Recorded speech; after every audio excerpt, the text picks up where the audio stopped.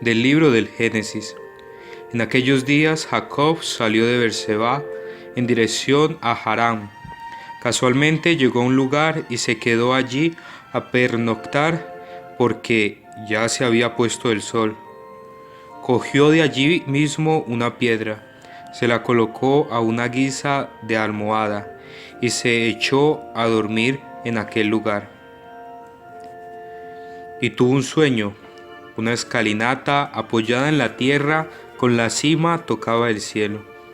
Ángeles de Dios subían y bajaban por ella. El Señor estaba en pie sobre ella y dijo: Yo soy el Señor, el Dios de tu padre Abraham y el Dios de Isaac. La tierra sobre la que estás acostado te la daré a ti y a tu descendencia.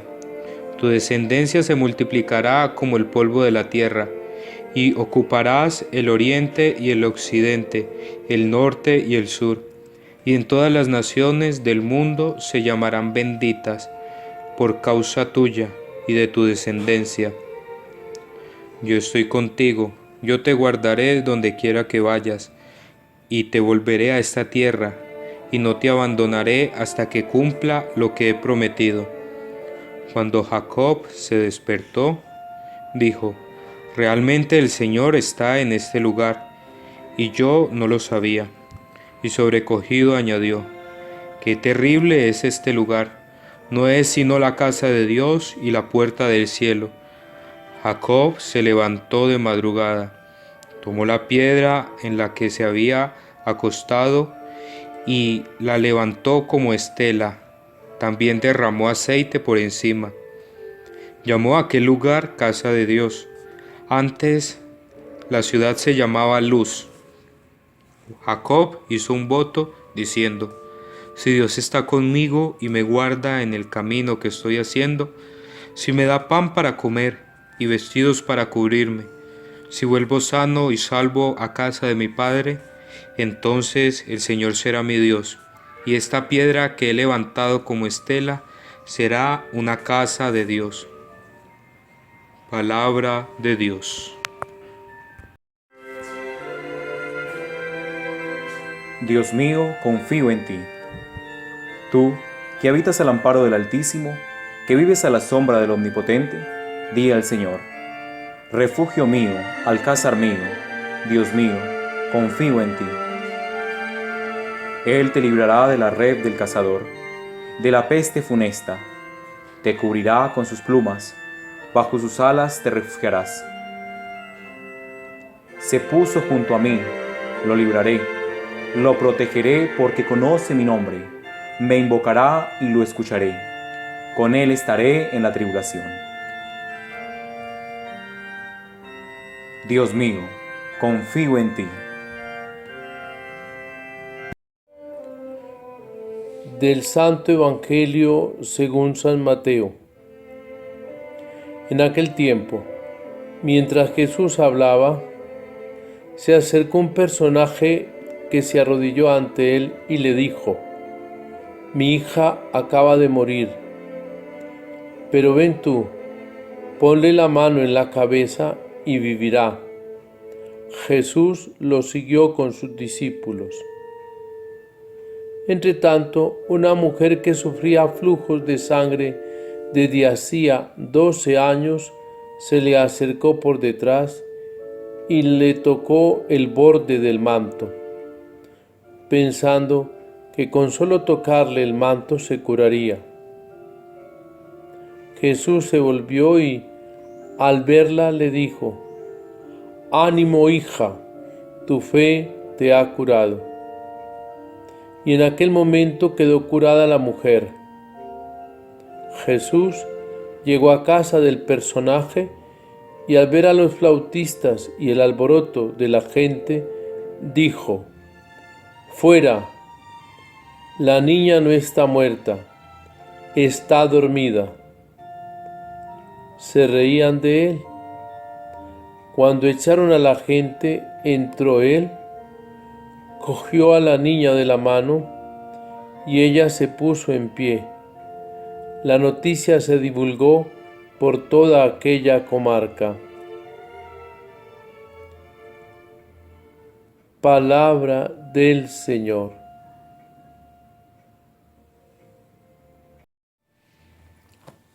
Jacob huye del enojo de su hermano Esaú y para librarse de él va a otras tierras, emprende la huida, escapa. Y en ese escapar, en ese huir, llega a un lugar llamado Betel. Dista unos 18 kilómetros de lo que hoy es Jerusalén. Allí lo venció el sueño, el cansancio. Y en ese sueño Dios se ha revelado. Sí, así lo presenta la Escritura. Este es un texto lleno de tradiciones en los que fueron compuestas después de la tradición oral, la tradición escrita recoge la narración de este texto. En aquella época, recordemos que es una época muy al comienzo de la fe, los patriarcas pensaban que Dios estaba vinculado a lugares especiales. Ya hoy lo sabemos, que Dios no se limita al espacio ni al tiempo para estar con nosotros. Es más, su presencia traspasa la realidad de la Eucaristía, estando allí plenamente Él. Y con Jacob en ese momento renueva su alianza. En esos términos que ya la había hecho con su abuelo Abraham. Pero le agrega algo nuevo. Yo seré tu Dios y tú serás mi pueblo. Así comienzan las cosas de Dios en su proyecto con el hombre, en su plan de salvación. Jacob levanta pues una señal de santuario y entiende que allí es la casa de Dios, la puerta del cielo, por el sueño de las escalas que suben y bajan los ángeles. Y decide colocar en testimonio la piedra levantada y derramando sobre ella el óleo para indicar que Dios se ha hecho presente en ese lugar. Este sueño va a reconfortar a Jacob para continuar su camino. Bajo todo esto está un elemento fundamental, la fe. Esa fe que se desarrolla precisamente hoy en el Evangelio según San Mateo. Dos mujeres excluidas. La sola condición de esa mujer ya era precisamente un rechazo. Y estas dos mujeres, la una cree que con solo tocar los vestidos de Jesús será sanada. Una fe fuerte.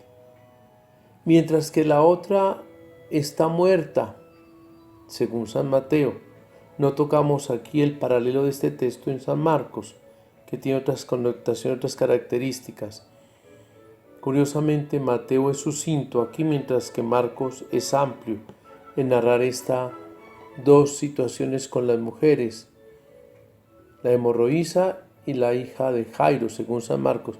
Mateo no menciona el nombre del personaje. La otra también ya estaba excluida por muerta. La una excluida porque contaminaba con su sangre, era impura. Y el muerto ya de por sí, cuando uno está muerto, para el mundo judío uno está impuro. Los cadáveres son impuros. Dos impurezas. Que la una por la fe de ella obtiene de Jesús su purificación, su sanación, pero por la fe de una mujer, fe de un papá que lleva a Jesús para que imponga las manos sobre su hija y ella vuelva a la vida. Entonces allí tenemos como la fe del papá hace volver a la vida a la hija. Jesús es el gran sanador que purifica, rescata de la impureza y de la muerte. La niña no está muerta, la niña duerme. Subyace pues en esta liturgia de la palabra de Dios, en este lunes, el elemento de la fe patriarcal, que es fe hecha explícita en Jesús, por los que no son contados, por los que son marginados, por los que son excluidos. Para Dios nada hay imposible. Un encuentro con el Señor todo lo cambia. La mujer hemorroísa se ha encontrado con Jesús y cambió toda su vida y toda su historia de gastos en medicamentos, en tratamientos. La fe asegura al Padre que llevando a Jesús a la casa, su hija resucitará. Pero convenzámonos de esto, hermanos. La fe más firme no es la que obtiene los milagros, la que hace que Dios obre de una manera espectacular. El gran milagro es saber que todo pasa por las manos de Dios y que nosotros hemos de poner todo en las manos de Dios. Cuando yo sé confiar todo en las manos de Dios, se sucede el gran milagro. El milagro comienza por una confianza de abandono en aquel que todo lo puede y para él nada es imposible. Dios nunca está distante de nosotros ni se condiciona a ningún lugar, he dicho al principio. Dios no es un concepto abstracto, sino una afirmación real para nosotros y no desencarnada. Él está siempre presente como el amigo que nunca falla, hemos escuchado decir. Él es el que está íntimo a todos los sufrimientos del ser humano. Él está atento a todas nuestras necesidades. Por eso Jesús puede sanar estando presente o a distancia. Y Él a veces prefiere estar lejos, otras veces prefiere estar cerca. Porque no es Él en cuanto que esté presente que se hace el milagro, sino en cuanto a aquel que cree en Él por su palabra o su presencia. Y esto lo saben la mujer del Evangelio y el hombre del Evangelio que pide la resurrección de su hija. Ante Jesús no valen los parentescos, ni las relaciones, ni la proximidad. No es sentarse a la mesa con Él en los grandes banquetes. En cambio, es aceptar por la fe, que es la que salva. Lo que salva es la fe en Él, esa es la que cura, la que resucita, y no el codearse con Él, o escuchar su palabra por escucharla. Cuando la escucha suscita la fe, todo se hace posible. Que al comenzar esta semana, en este primer día de trabajo, para nosotros venga el deseo de mantener la fe viva en Jesús y en su actuar en nuestra historia. Sea alabado Jesucristo, y la bendición de Dios Todopoderoso, Padre, Hijo y Espíritu Santo, descienda sobre ustedes y les acompañe siempre.